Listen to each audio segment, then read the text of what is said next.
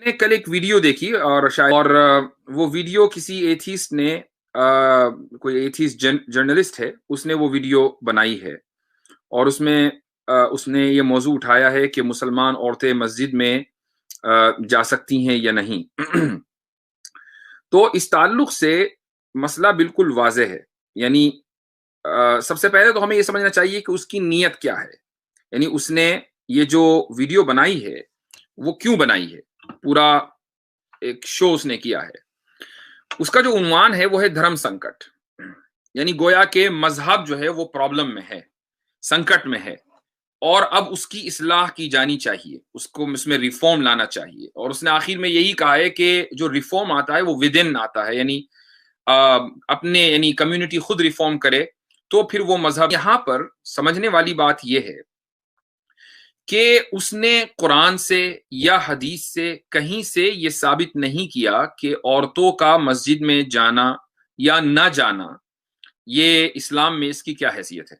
कहीं भी उसने पूरे उस प्रोग्राम में कोई कुरान की आयत पेश नहीं की, कोई हदीस पेश नहीं की। हाँ, उसने कुछ लोगों के, कुछ इमामों के इंटरव्यूज दिखाए हैं। इमाम का जो कहना और उसका करना इस्लाम नहीं है। ये मुस्लिम मुआशरे का मसला जरूर हो सकता है, लेकिन ये इस्लाम का मसला नहीं है। अच्छा, अब यहां पर सवाल यह है कि क्या औरतों को मस्जिद जाना चाहिए या मस्जिद नहीं जाना चाहिए। ये एक हॉट टॉपिक है, इस पर गुफ्तगू की जा सकती है। यहां सबसे पहले तो मैं आपको ये बता दूं कि नबी करीम सल्लल्लाहु अलैहि वसल्लम की एक हदीस मुबारका है।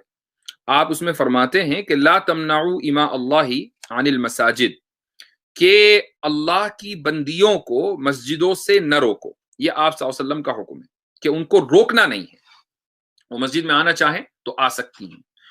इसका लेकिन कोई हदीस आपको ये ऐसी नहीं मिलेगी जिसमें आप सल्लल्लाहु अलैहि वसल्लम ये फरमा रहे हैं कि अल्लाह की बंदियों को हुक्म दो कि मस्जिद आए, बल्कि ये कहा गया कि उनको रोकना नहीं है मस्जिद आने से। एक तो हदीस ये है।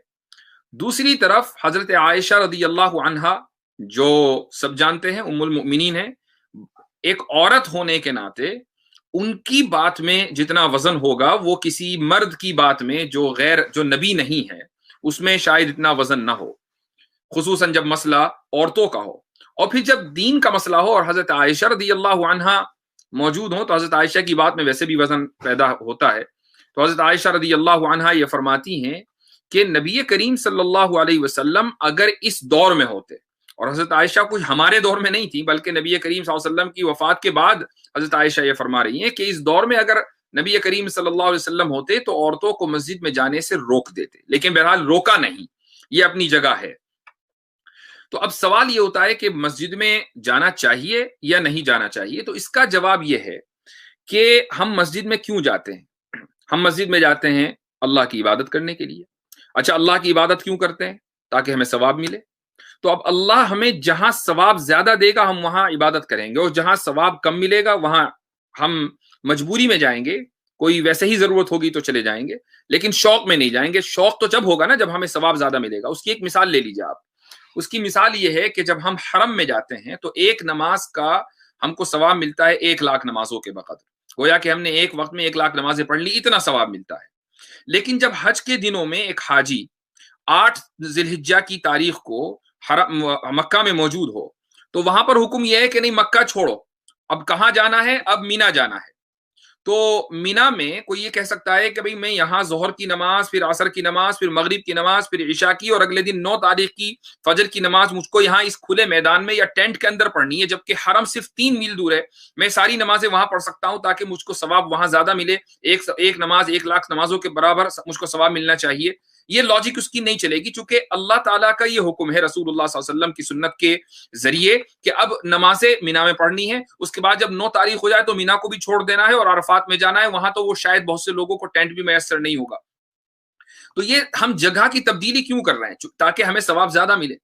अब मर्दों के बारे में यह हुक्म है कि अगर मर्द मस्जिद में नमाज पढ़ता है तो उसकी नमाज का सवाब 27 गुना है, اور عورتوں کے بارے میں یہ حکم ہے کہ اگر وہ گھر میں نماز پڑھتی ہے اس کی نماز کا ثواب زیادہ ہے۔ نبی کریم صلی اللہ علیہ وسلم کی یہ حدیث بھی موجود ہے کہ عورت کی نماز اس کے گھر میں مسجد کی نماز سے زیادہ بہتر ہے، یا کسی اور جگہ پڑھنے سے زیادہ بہتر ہے اگر وہ اپنے گھر میں نماز پڑھتی ہے۔ تو اگر نماز پڑھنا ثواب کے لیے، تو ثواب عورت کو گھر میں مل رہا ہے اور مرد کو مسجد میں مل رہا ہے، زیادہ کی بات ہو رہی ہے۔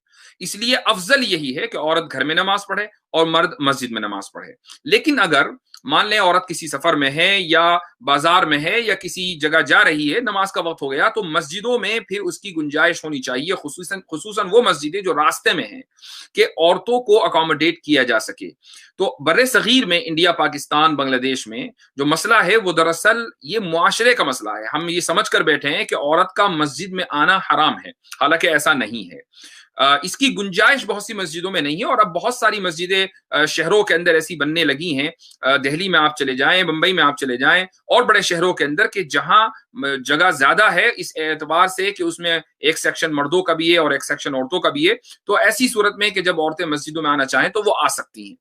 تو اس شخص نے جو اسلام کو ٹارگٹ بنایا ہے، مسلم معاشرے کی صورتحال کو سامنے رکھ کر، یہ دراصل اس کی نیت کو بتاتا ہے کہ وہ اس کی نیت میں کھوٹ ہے۔ وجہ اس کی کیا ہے کہ وہ ایتھیسٹ ہے۔